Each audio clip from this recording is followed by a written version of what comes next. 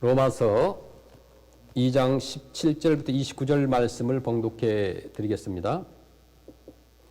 유대인이라 불리는 내가 율법을 의지하며 하나님을 자랑하며 율법의 교훈을 받아 하나님의 뜻을 알고 지극히 선한 것을 분간하며 맹인의 길을 인도하는 자요 어둠에 있는 자의 빛이요 율법에 있는 지식과 진리의 모본을 가진 자로서 어리석은 자의 교사요 아이의 선생이라고 스스로 믿으니 그러면 다른 사람을 가르치는 내가 내 자신은 가르치지 아니하느냐? 도둑질하지 말라 선포하는 내가 도둑질하느냐? 간음하지 말라 말하는 내가 간음하느냐? 우상을 가증히 여기는 내가 신전 물건을 도둑질하느냐? 율법을 자랑하는 내가 율법을 범함으로 하나님을 욕되게 하느냐?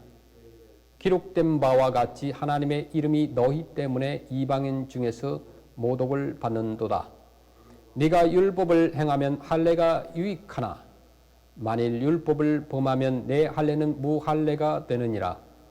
그런즉 무할례자가 율법의 규례를 지키면 그 무할례를 할례와 같이 여길 것이 아니냐.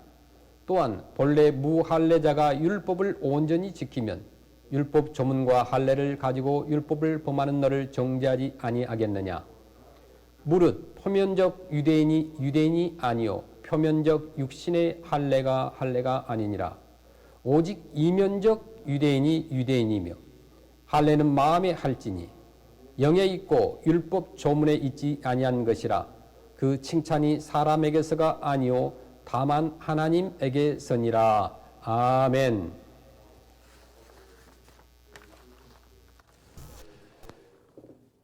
오늘날 선교지에서 또 오지에서 각각 처소에서 복음을 전하기 위해 생명을 걸고 사명을 감당하는 수많은 사람들이 있습니다. 해외뿐만 아니라 우리 국내에서도 자신의 재능과 물질을 다 드리면서 한 영혼을 구원하는 데 열정을 가지고 있는 분들이 많습니다. 특별히 우리가 살고 있는 이 지역의 아시안 사역을 위해서도 어떤 일보다도 앞장서서 헌신한 수많은 사람들이 있습니다. 그런데 오늘날 어떤 사람들은 자기가 크리스찬이 되는 것이 어떤 다른 사람들이 하는 모습을 보고 모방에 의해서 가능하다고 생각하는 사람들이 있습니다. 남의 교회 가니까 나도 교회를 따라가고 남이 찬송을 부르니까 나도 찬송을 부르고 또 남이 기도하니까 나도 기도를 하기도 하고 또 남이 성경을 읽으니까 성경 공부를 하니까 선교를 하니까 따라가서 하기도 하는 사람들이 있습니다. 그러면서 그런 사람들에게도 세월이 흘러가고 교회에서 형식적인 신앙의 연륜이 흘러갑니다. 그러다 어느 날 나는 생각하기를 나도 이만큼 교회 생활에 적응을 했으니까 나도 크리스찬이다라고 간주를 합니다. 그러나 여러분, 그것이 전적으로 착각일 수 있다는 사실을 알아야 됩니다. 그런 사람들은 크리스찬이 되는 것을 모방했을 따름이지 아직 진정한 크리스찬으로 태어난 사실이 없다고 말씀합니다. 그 크리스찬으로 태어났다는 말씀은 성경 말씀에 보면은 영적으로 거듭나야 한다라고 말씀합니다. 내가 정말 영적으로 거듭난 일이 없다면 내가 이 모든 교회 생활에 무난히 적응했음에도 불구하고 나는 아직 전혀 진짜 크리스찬이 아닐 수 있다는 놀라운 사실이라는 것입니다. 겉으로는 누가 봐도 그런 모습이 크리스찬처럼 보입니다. 그러나 내 속 사람에 있어서는 나는 예수 그리스도의 생명과 전혀 무관한 사람으로서 아직도 교회 안에 들어와 앉아 있을 수 있다는 생각을 우리가 사실을 생각해 보아야 되는 거예요. 오늘 본문에 보면 사도 바울은 누가 진정한 유대인이냐는 중대한 문제를 말씀하고 있습니다. 그리고 본문 28절 29절에서 이렇게 결론을 내립니다. 로마서 2장 28절 무릇 표면적 유대인이 유대인이 아니요 표면적 육신의 할례가 아니니라. 오직 이면적 유대인이 유대인이며 할례는 마음에 할지니 영에 있고 율법 조문에 있지 아니한 것이라. 그 칭찬이 사람에서가 아니요 다만 하나님에게서니라. 이렇게 말씀합니다. 표면적 유대인, 겉으로 나타난 유대인이라는 사실이 내가 유대인됨을 증명하는 것이 아니라는 것입니다. 29절에 오직 이면적 유대인, 내면적으로 유대인이 되어야 진정한 유대인이라는 것입니다. 그 외관상으로만 표면상으로만 내가 유대인이 아니라 중요한 것은 내가 내면적으로 유대인이 되는 것이라고 그는 지적하고 있다는 말씀입니다. 본문의 말씀이 기록된 그 당시에 많은 유대인들이 표면적 유대인의 자리에 머물 수밖에 없었던 원인을 우리가 확인하면서 우리의 모습을 말씀의 거울에 비추어 보면서 우리가 은혜 받기를 원합니다. 오늘날 이 시대를 살아가고 있는 현대의 많은 크리스찬들이 교회를 드나들면서도 아직도 표면적 신앙인의 자리에 머물러 있는 이유가 있다는 것입니다. 그 이유가 무엇일까요? 정말 그 오랜 세월 동안 교회와 많은 접촉을 하고 사람들과 접촉을 하고 교회 생활에 익숙해 있음에도 불구하고 아직까지 내 신앙이 표면적 신앙 속에 빠져버린 그 함정은 도대체 무엇인가? 우리 오늘 본 말씀을 통해서 깨닫기를 원합니다. 하나님의 뜻을 알고 이 말씀이 주는 은혜는 무엇일까? 왜 유대인들은 표면적 신앙의 자리에만 머물러 있을 수밖에 없습니까? 첫째로 그들은 종교적인 특권에만 집착하고 의무에는 태만했기 때문에 그렇습니다. 사도 바울은 종교적 특권에 집착하고 의무를 다하지 못한 것에 대해서 강하게 책망하랍니다. 본문의 말씀은 유대인이 자랑하는 종교적 특권에 대해서 말씀하는데 로마서 2장 17절에 보시면 그들은 우선 그들이 유대인이라는 사실에 굉장한 자부심을 갖고 있죠. 유대인이라 불리는 네가 율법을 의지하며 하나님을 자랑하며 이렇게 말씀합니다. 유대인, 유다라는 단어의 뜻은 찬양이라는 뜻입니다. 하나님을 찬양하는 사람, 백성이라는 것입니다. 얼마나 아름다운 뜻을 가지고 있어요. 그래서 그들은 유대인이 된 것에 굉장한 자부심을 갖고 있었습니다. 또한 그들은 모세의 율법과 또 토라와 우리의 삶의 가장 소중한 규범이 될 수 있는 하나님의 율법을 갖고 있었고 듣고 있었고 또 하나님의 말씀과 더불어 살아갈 수 있었던 놀라운 특권으로 인한 자부심을 갖고 있었던 것입니다. 그들이 하나님의 율법을 갖고 있었고 알고 있었고 율법의 교훈을 날마다 경청하면서 살아갈 수 있었던 것은 그들에게 특권입니다. 뿐만 아니라 율법을 통해서 정확한 하나님에 대한 지식을 갖고 있었습니다. 우주를 창조하신 하나님 그리고 만물을 섭리하고 계신 여호와 하나님에 대한 정확한 지식을 가지고 있었던 것입니다. 로마서 2장 18절 말씀 보시면 율법의 교훈을 받아 하나님의 뜻을 알고 지극히 선한 것을 분간하며 이 18절에 보시면 그들이 하나님의 뜻을 알고라는 말씀이 나옵니다. 그들에 대한 즉 유대인을 향한 하나님의 기뻐하시는 뜻을 정확하게 그들이 말씀을 통하여 알고 있었습니다. 자, 여러분 우리의 삶의 규범이 무엇입니까? 하나님은 우리에게 무엇을 기대하고 계십니까? 이것을 알지 못하는 혼란은 얼마나 크다는 혼란인지 모릅니다. 뿐만 아니라 18절에는 지극히 선한 것을 분간하며 라고 합니다. 선은 무엇이고 악은 무엇입니까?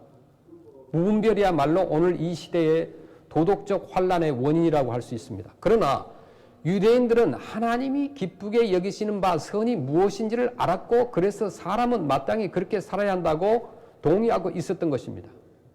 이런 종교적인 지식, 도덕적인 지식은 굉장한 특권이 아닐 수가 없습니다. 그들은 이것으로 인하여서 하나님께 감사하고 있었습니다. 마치 오늘날 교회 안에서 성도들 중에서 어떤 사람이 기도할 때 하나님 만세 전부터 우리를 예정하시고 선택하시고 부르시고 나로 하여금 하나님을 알게 하시고 또 성경 말씀을 읽게 하시는 그 특권을 인하여 감사합니다. 또 하나님을 모르고 살아가는 사람들, 성경에 대해서 무지한 사람들과 본질적으로 다른 종류의 삶을 하나님께서 내게 주시니 너무 감사합니다 라고 기도한 것과 같다는 것입니다. 물론 우리가 감사해야죠. 그러나 여러분 만약 우리에게 베풀어 주신 종교적 특권에 대한 감사에서 우리 삶이 그쳐버린다면 오늘날 우리 크리스찬들 저와 여러분의 삶이 바리새인의 삶이 된다는 것을 알아야 됩니다. 누가복음 18장을 다시 한번 보시겠습니다. 9절 이하에 보시면 우리가 잘 아는 바리새인과 세리의 기도 장면이 나옵니다. 바리새인과 세리가 어느 날 기도하러 성전에 올라간 말씀이죠. 11절에 바리새인의 기도의 내용을 보겠습니다. 9절 말씀. 또 자기를 의롭다고 믿고 다른 사람을 멸시하는 자들에게 이 비유를 말씀하시되 10절에 두 사람이 기도하러 성전에 올라가니 하나는 바리새인이요 하나는 세리라. 11절 바리새인은 서서 따로 기도하여 이르되 하나님이여 나는 다른 사람들 곧 토색과 불의 간음을 하는 자들과 같지 아니하고 이 세리와도 같지 아니함을 감사하나이다 라고 말씀합니다. 바리새인은 세리 근처에 가기도 두려워하여 가까이 가지도 않았습니다. 그래서 따로 기도했다는 거예요. 그들이 하나님이 그들에게 주신 종교적인 특권, 그들을 구별하시고 성별하신 것에 대해서 감사한 그 자체가 잘못된 것은 아니지만 거기에만 있었습니다. 그들은 종교적인 특권에 대해서만 집착하고 이 특권에 따른 의무는 무엇인지를 몰랐다는 거예요. 자기와 다른 사람들, 토색, 불의, 간음하는 사람들 향해서 크리스천인 저와 여러분이 해야 할 일이 무엇이냐 이거예요. 중요한 것은 이것입니다. 하나님께서 나를 다르게 만드신 그 이유, 나를 구원하신 이유, 나를 수많은 사람들 가운데서 선택하신 이유, 나를 거듭나게 하시고 또 하나님의 자녀되게 하신 그 이유, 예수 그리스도를 구세주와 주님으로 고백하게 하신 그 이유가 무엇이겠는가? 하나님께서 내게 정말 기대하시는 삶의 모습은 어떤 것일까요? 어떤 삶을 우리 크리스찬이 살아야 될까요? 유대인들은 그들을 하나님의 백성으로 삼아주신 하나님의 놀라운 은혜는 감사하면서도 이제 주님이 내게 기대하시는 삶에 대한 진지한 질문이 없었던 것입니다. 하나님의 뜻을 알고 이 말씀이 주시는 은혜는 무엇일까요? 왜 유대인들은 표면적인 신앙의 자리에만 머물러 있을 수밖에 없었습니까? 첫째는 종교적인 특권에만 집착하고 그 의무에 대해서 무관심했었기 때문이라고 했습니다. 유대인들의 신앙이 표면적 신앙에 그쳐버린 두 번째 이유가 있습니다.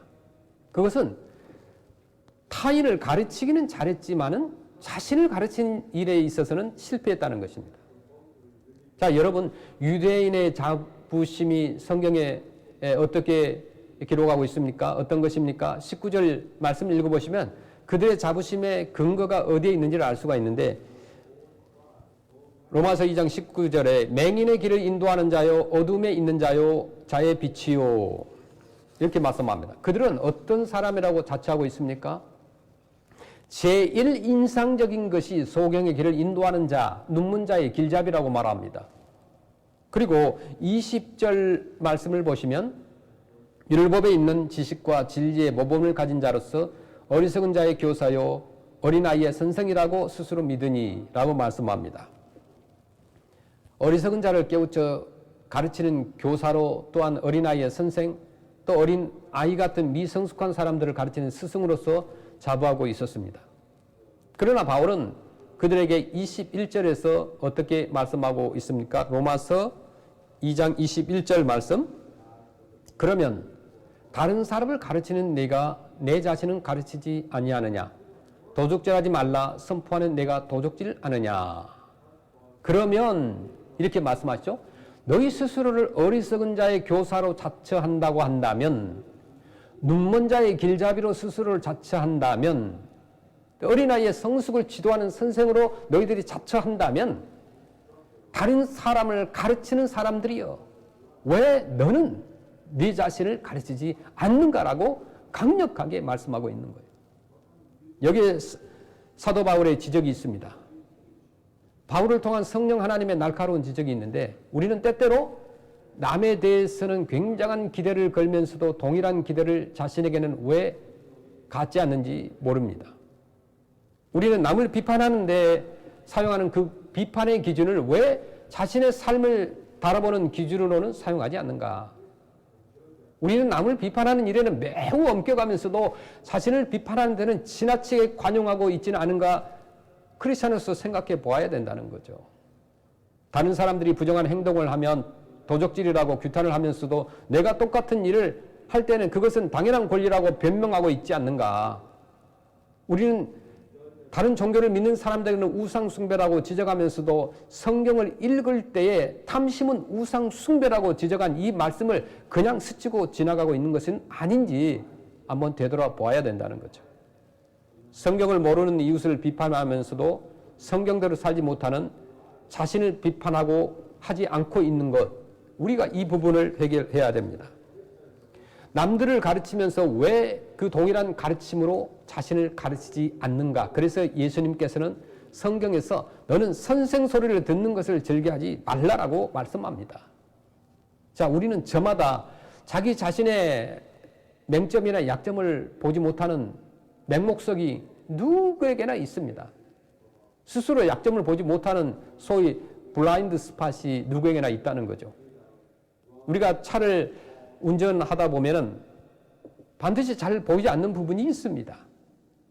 이 부분이 참 그 사고를 내기 쉽죠. 그래서 운전을 배울 때 반드시 좌우를 살피고 몸을 돌려서 보이지 않는 부분까지 확인해야 사고를 예방할 수 있다고 합니다. 이 블라인드 스팟은 다른 사람들은 보이는데 나는 보이지 않는 사각 지역을 말하는 거예요. 사람도 마찬가지죠. 자기는 안 보이는 단점이 있는데 착각을 합니다. 그래서 나는 아주 괜찮은 사람이라고 착각하며 살고 있습니다. 이것은 매우 훌륭한 사람들에게도 리더자들에게도 있을 수 있는 결점인 것입니다. 자, 여러분, 성경에서 다윗처럼 하나님 앞에 칭찬받은 사람이 또 어디에 있겠습니까? 얼마나 칭찬받았으면 너는 내 마음에 합한 사람이라고 하나님께서 칭찬하신 사람이었습니다. 그러는 다윗이 어느 날 범죄하고 자신의 범죄를 은폐하며 살고 있는 모습을 봅니다. 그래서 하나님께서는 그에게 예언자를 보냅니다. 그리고 선지자는 다윗에게 이야기를 합니다. 다윗 왕이여. 그러면서 비유를 얘기하죠. 저 아래 지방에서 일어난 서민들의 이야기를 하나 들려드리겠습니다. 그러면서 초원에 있는 한 마을에 두 사람이 살았습니다. 한 사람은 아주 부자고 또 한 사람은 아주 가난했습니다. 이 부자는 많은 양떼들과 많은 소떼를 거느리고 있었고 이 가난한 사람은 암양 한 마리밖에 없었습니다. 그런데 이 부잣집에 어느 날 손님이 찾아왔습니다. 그런데 이 부자는 자기의 많은 양떼와 소떼 중에 한 마리 잡는 것이 너무나 아까워가지고 자기가 종처럼 부리고 있는 자기의 총 재산이 양 한 마리밖에 없는 가난한 자기의 종에게서 그 양을 빼앗아 잡아서 손님을 대접했다고 합니다. 이 말을 들은 다윗이 어떤 반응을 보였겠습니까? 아주 이런 나쁜 사람 그러면서 당장 쳐 죽이는 것이 마땅하다고 했어요. 화를 냈습니다. 매우 의로운 사람처럼 흥분을 합니다. 그러나 지금 다윗이 하고 있는 이 흥분은 사실 누구를 향한 흥분이어야 될까요? 다윗 자신이어야 됩니다. 선지자가 왜 이런 얘기를 했겠습니까? 다윗에게는 많은 그 궁궐에 부인이 있었습니다. 그러나 그 부인을 가지고도 만족할 수가 없었던 다윗이 자기의 신하 우리아에게는 하나밖에 없는 아내를 빼앗고도 자기의 양심의 범죄를 은폐하며 살고 있었던 것입니다. 그러나 선지자 나라는 흥분하고 있는 다윗을 가리켜서 왕이시여 당신이 바로 그 사람입니다 라고 선포를 합니다. 우리도 남을 가르치면서도 자신을 가르치는 일에는 실패하고 있는 것은 아닙니까? 우리의 신앙이 아직도 표면적 신앙에 머물러 있는 이유, 진정한 성숙이 하나님이 기대하시는 진정한 삶의 모습이 나타나고 있지 못하는 원인은 타인을, 남들을 가르치는 일에는 열중하면서도 내 자신을 가르치는 일에는 실패하고 있기 때문이라는 거죠. 사람들을 만나보면 계속 자기 얘기만 하는 사람이 있습니다. 남의 얘기를 도무지 들으려고 하지 않는 사람들이 있어요. 내가 남을 가르치고 내가 남에게 선전을 할 때는 어느 정도 이거에 만족이 있습니다. 에고, 나라는 거죠. 나의. 이것은 가르침이 아니에요. 자기 과시일 뿐입니다. 그러나 동일한 가르침, 동일한 진리, 동일한 메시지, 동일한 복음, 동일한 하나님의 말씀이 먼저 적용되어야 할 삶의 자리가 바로 나의 삶이고 이 말씀으로 깨져야 하고 이 말씀으로 새로워져야 하고 거룩해져야 할 첫 번째 대상은 바로 내 자신을 망각하고 있는 사람이 바로 여러분과 저의 모습은 아닌지 말씀으로 확인하고 회개해야 된다는 겁니다. 하나님의 뜻을 알고 이 말씀이 주는 은혜는 무엇입니까? 왜 유대인들은 표면적 신앙의 자리에만 머물러 있을 수밖에 없었습니까? 세 번째는 신앙의 상징에는 애착을 갖고 있었지만 그 신앙의 내용에는 무관심한 까닭입니다. 자, 여러분, 유대인이 하나님의 백성이라는 것을 나타내는 대표적인 종교적 상징이 뭘까요? 바로 할례입니다. 그 할례가 뭘까요? 남자가 태어나면 8일 정도에 생식기의 피부의 한 부분을 벗겨내고 잘라냄으로써 이제 나는 구별되었고 하나님의 백성인 것을 표시하고 있었습니다. 그래서 유대인들에게 있어서 이방인들에 대한 최대의 욕설은 뭐냐면 할례도 받지 못한 사람이라는 말이에요. 다윗과 골리앗의 싸움에 있어서 다윗이 왜 그렇게 흥분했을까요? 할례 받지도 못한 저 인간에게 왜 하나님의 백성들이 쩔쩔매고 있는 것에 대해서 흥분했던 것입니다. 자, 여러분, 이 할례는 그들이 속으로 하나님의 백성이 되었다는 사실을 나타내기 위한 하나의 외적인 상징의 사건이었습니다. 오늘날 할례나 무할례를 주장할 필요가 없습니다. 중요한 것은 그 상징에 부합하는 삶의 내용이 있느냐 하는 것이에요. 이미 구약 성경에서도 주께서 할례를 명하실 때 그 할례의 진정한 의미는 외적인 상징에 있는 것이 아니라 내적인 내용에 있었다는 사실을 주님이 이미 강조하고 있습니다. 예컨대 예레미야서 4장 4절 말씀 보시면 유다인과 예루살렘 주민들아 너희는 스스로 할례를 행하여 너희 마음 가죽을 베고 나 여호와께 속하라. 그리하지 아니하면 너희 악행으로 말미암아 나의 분노가 불같이 일어나 사르리니 그것을 끌 자가 없으리라. 아멘. 할례는 피부의 가죽을 베는 사건입니다. 그러나 성경은 피부의 가죽을 베기 전에 먼저 마음의 가죽을 베라고 강조하고 있습니다. 너희들의 마음이 전심으로 하나님을 향하고 있으며 하나님께 속하고 있음을 깨달으라고 하십니다. 이제 그들이 거룩한 하나님께 속하 있으며 또 그 거룩을 사모하며 그 하나님의 거룩을 내 삶에서 성취해내야 할 삶의 과제가 있다는 사실을 깨닫게 해야 할 상징이었던 것입니다. 그들은 상징에 대한 애착을 가지고 있었지만 상징이 의미하는 바를 추구하지 못하고 있었던 이중성을 나타내고 있었던 것입니다. 오늘날 이 시대를 살아가는 우리 많은 크리스찬들은 자기가 하나님의 백성이라는 것을 어떤 모습으로 상징하고 나타내고 있는가 질문해 봐야 돼요. 우리가 차를 운전하다 보면 앞에 차량 뒤에 범퍼에 물고기 표시를 붙이고 다니거나 또 차량 외부의 유리창에 옷에다 성구를 적고 다니기도 하고 모자에다 성구를 쓰고 다니기도 합니다. 그런데 그것도 참 아름다운 성도의 상징이기도 합니다. 그러나 가장 중요한 것은 내가 예수 그리스도의 교회의 한 지체다운 삶을 추구하고자 하는 진정한 의지가 있어야 한다는 거죠. 예수 믿으세요 라고 물어온 사람들은 그러면 대부분 어떻게 합니까? 그럼 저는 어렸을 때부터 유아세를 받은 사람입니다. 이렇게 대답합니다. 더 중요한 것은 지금 그것이 여러분의 삶에 어떻게 나타나고 있느냐 하는 것이에요. 저는 세례를 받은 사람입니다. 그렇게 말합니다. 세례는 아름다운 신앙의 상징입니다. 그러나 그것을 의미하는 바가 삶 속에 정말 있는가 이게 중요한 거예요. 아마도 우리 가운데 어떤 분들은 저는 세례 정도가 아니라 세례도 받고 침례도 받았습니다. 라고 말하는 사람도 있을지 몰라요. 세례라는 것, 침례라는 의미가 무엇일까요? 동일한 의미인데 단어가 달라요. 그 의미는 내가 물속에 들어갈 때 내가 그리스도를 믿음으로 나의 옛사람은 죽고 물속에서 나올 때 나는 부활하신 예수 그리스도와 연합하여 그리스도 안에서 새로운 피조물이 되었다고 하는 상징을 나타내기 위한 아름다운 고백입니다.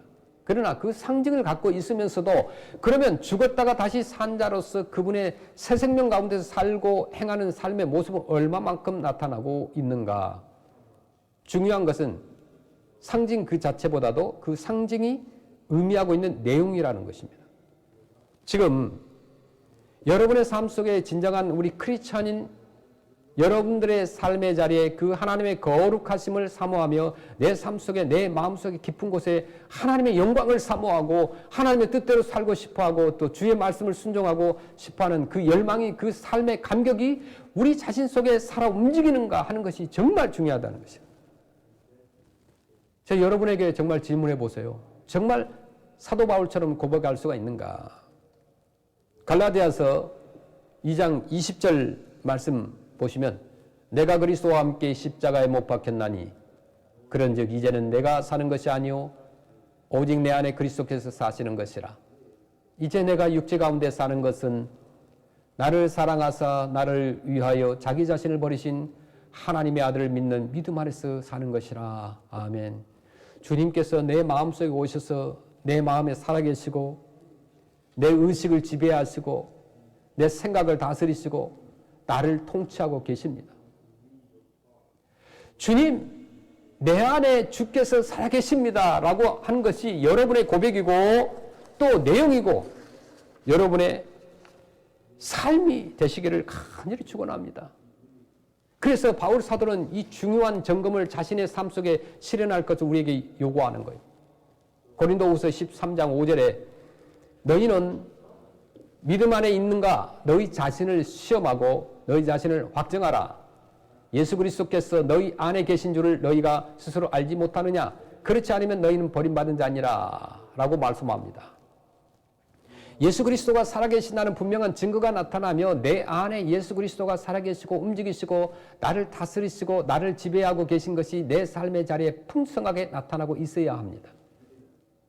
우리의 이웃이 우리의 친구들이 그것을 보고 있다는 거예요. 여러분의 사랑하는 사람들이 이것을 보고 있습니다. 이곳에 아시안 사람들이 우리 몽 사람들이 저와 여러분들을 보고 있고 우리 하모니 교회를 보고 있다는 거예요. 지난주에는 푸드뱅크에서 이제 음식을 나눠주고 남은 과일과 양파, 치즈, 야채 등을 조금 더 많이 도네이션 받아서 몇 집에 전달해 주었습니다.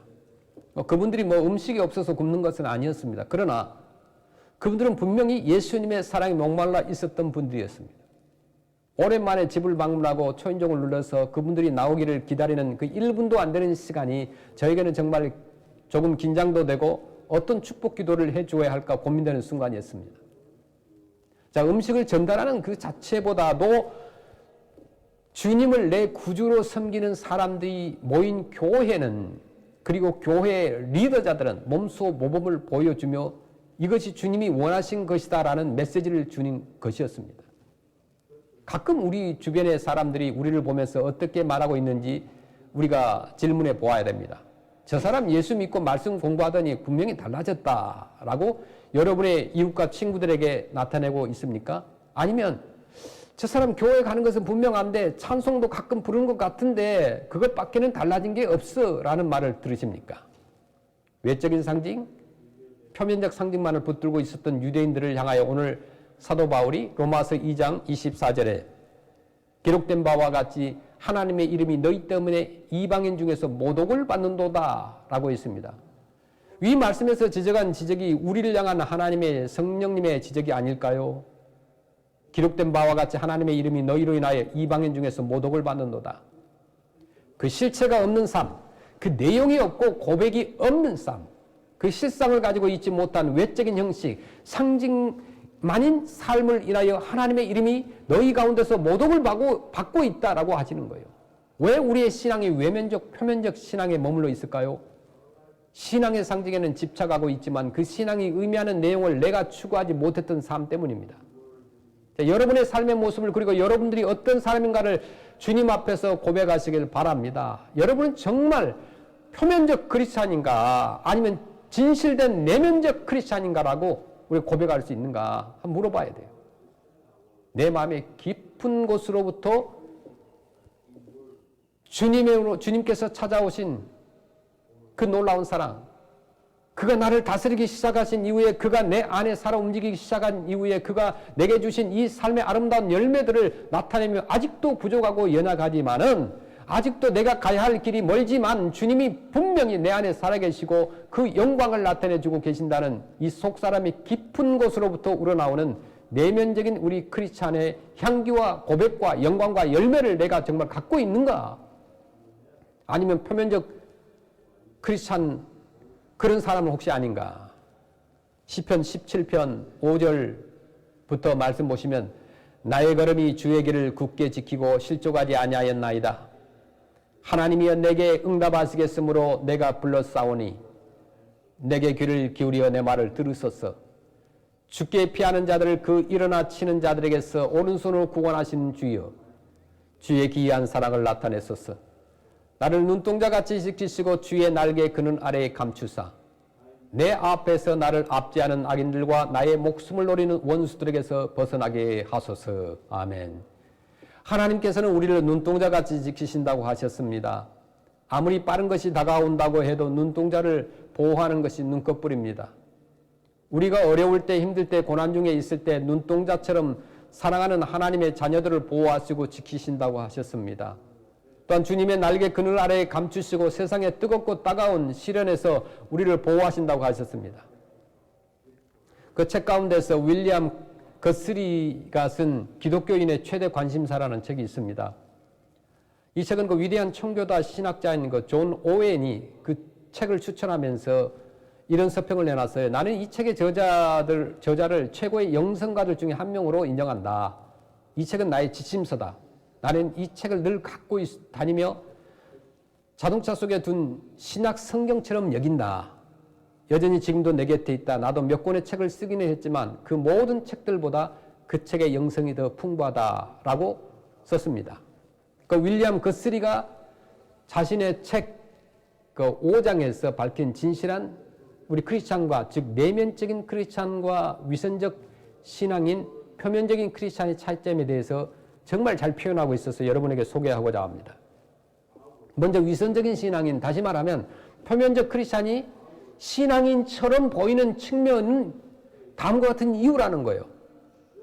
그 위선적인 신앙인이 진짜 신앙인처럼 보이는 이유가 바로 이런 이유라는 건데 몇 가지가 있어요. 첫째는 위선자는 자신의 모든 모습에서 복음의 영향을 받은 것처럼 보일 수 있다는 것입니다. 그런 사람은 하나님의 진리에 대해 대단한 지식을 갖고 있을 수도 있고 또 예수님에 대해서 기뻐할 수도 있고 겉으로 드러난 그의 인간적인 면모는 획기적인 그 삶으로 변한 것처럼 보이지만 그는 바리새인처럼 기도한다는 거예요. 두 번째, 위선자는 진실한 신앙인인 것처럼 다른 사람들에게 비칠 수도 있다고 합니다. 그런 사람은 율법과 복음에 대해서 말하고 수치스럽더라도 자신의 죄를 고백하고 베옷을 입고 자신을 낮추기도 한다고 합니다. 심지어 그는 자신의 의무를 수행하고 추진하기 위해서 필요한 일들이 무엇인지를 조심스럽게 살피고 또 고난을 겪더라도 인내하고 자기 소유물을 하나님과 성도들에게 주면서 자신의 몸을 불태우도록 내어줄 수도 있다고 합니다. 세 번째, 위선자는 하나님의 일반 은총 때문에 출세했을 수도 있다는 거예요. 표면적인 크리스찬은 유다가 그랬듯이 죄를 깊게 자각하고 있을 수 있고 하나님의 말씀에 떨 수도 있고 또 진리의 말씀을 받을 때 기뻐할 수도 있으며 또 하나님의 선한 은혜를 맛보는 경험을 여러 번 했을 수도 있다고 합니다. 네 번째, 위선자는 성령의 구원의 은혜와 매우 흡사한 특성을 몇 가지 갖고 있을 수 있다고 하는데 그는 마술사 시몬 마구스처럼 모종의 신앙을 갖고 있을 수 있다고 합니다. 시몬이 누구입니까? 또한 믿었으나, 사도행전에 보면 또한 믿었으나 그렇게 표현하죠. 거짓 신앙으로 드러난 자입니다. 그는 진심 어린 회개처럼 보이는 율법적이고 외형적인 회개를 하고 있을 수 있다는 것입니다. 그는 발람이 그러했듯이 하나님에 대해 매우 강한 두려움을 갖고 있을 수 있고 그는 모종의 소망을 경험했을 수 있고 그 위선자는 심지어 헤롯이 세례 요한에 대해서 가졌던 것처럼 일종의 사랑의 마음을 갖고 있을 수도 있다고 했습니다.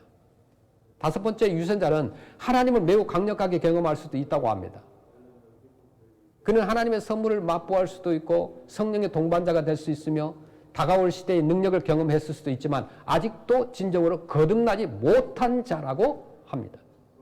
그렇다면은 그 진실한 신앙의 내면적인 신앙인의 표지는 무엇이냐 이거예요.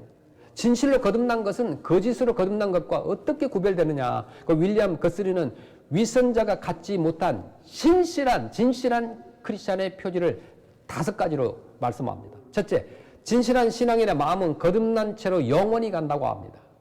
위선자들은 거듭난 성격을 가져본 적이 없고 그들은 예수 그리스도께서 세상에서 그들에게 행해 주실지도 모를 유익을 얻기 위해 예수 그리스도를 필요로 하는 사람이고 그러나 진실한 신앙인의 마음은 예수 그리스도를 이 생과 내생에서 모든 것을 만족시켜 주실 보배로서 사랑하는 사람이라고 말합니다. 두 번째, 진실한 신앙인의 변화된 삶은 예수 그리스도에 대한 사랑의 마음으로부터 유래한다고 했습니다. 위선자들은 다른 사람들에게 보이기 위해서 자신의 괴로운 양심을 누그러뜨리기 위해서 혹은 자신이 저지른 죄의 결과에 영향을 받지 않으려고 자신의 행동을 정결하게 할 수 있는 사람이고 하지만 진실한 크리스찬들은 그리스도를 사랑하고 그분 때문에 그분의 명령을 지키고 그분을 섬기고 그분을 알고 그분의 이름에 영광을 돌리는 사람이라고 합니다. 세 번째, 진실한 신앙인은 다른 무엇보다도 예수 그리스도와 그분의 나라를 추구한다고 합니다. 주님과 동행하고 교제하는 것만이 필요하다고 생각하고 있는 사람이라고 하는 거예요. 네 번째, 진실한 신앙인은 하나님의 의로움 앞에 굴복한다고 합니다. 자신에 대한 모든 희망과 자신의 의로움을 포기하고 하나님께서 자신을 받아주시기를 원하며 그리스도의 의로움에 전적으로 의지하는 사람이고 그리스도 안에 거하며 그분만을 자신의 구세주로 섬기는 사람이라고 합니다. 다섯 번째, 진실한 크리스찬은 진정한 예수 그리스도의 위대한 세 가지 본질적 특성을 지니고 있다는 거예요. 그게 뭐냐? 그는 애통해하며 자신을 싫어할 만큼 자신의 의로움을 비운 자다. 두 번째, 그는 예수 그리스도만이 부요하게 하고 만족시켜줄 보배자이자 보석이라고 여기고, 세 번째, 예외 없이 예수 그리스도의 멍에를 온전히 진실되게 짊어지고 그분의 모든 의지를 정당하고 선하며 거룩하고 신령한 것으로 인정한다고 합니다. 자, 영원히 진실된 마음으로 변화된 사랑의 삶으로 또 주님의 나라를 추구하며 주님의 신실한 의로움으로 애통하며 예수 그리스도만을 기쁘게 하고 거룩하고 신령한 자가 되기를 간절히 주님의 이름으로 축원합니다. 표면적인 크리스찬이 아니라 내면적인 신실한 우리 하모니 크리스찬들이 되시기를 주님의 이름으로 간절히 축원드립니다.